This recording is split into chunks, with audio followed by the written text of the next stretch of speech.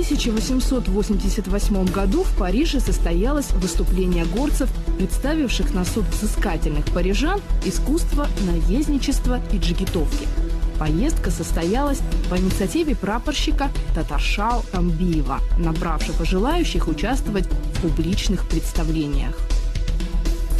Сохранились уникальные кадры Первой мировой войны, где всадники знаменитой «Дикой дивизии» скачут не на казенных, а на своих родных кабардинских скакунах.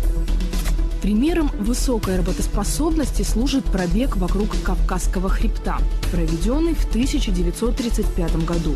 По горным, занесенным снегом тропам за 47 дней было пройдено 3000 километров.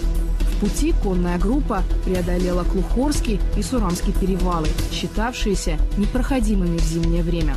Вскоре участники этого пробега проделали 600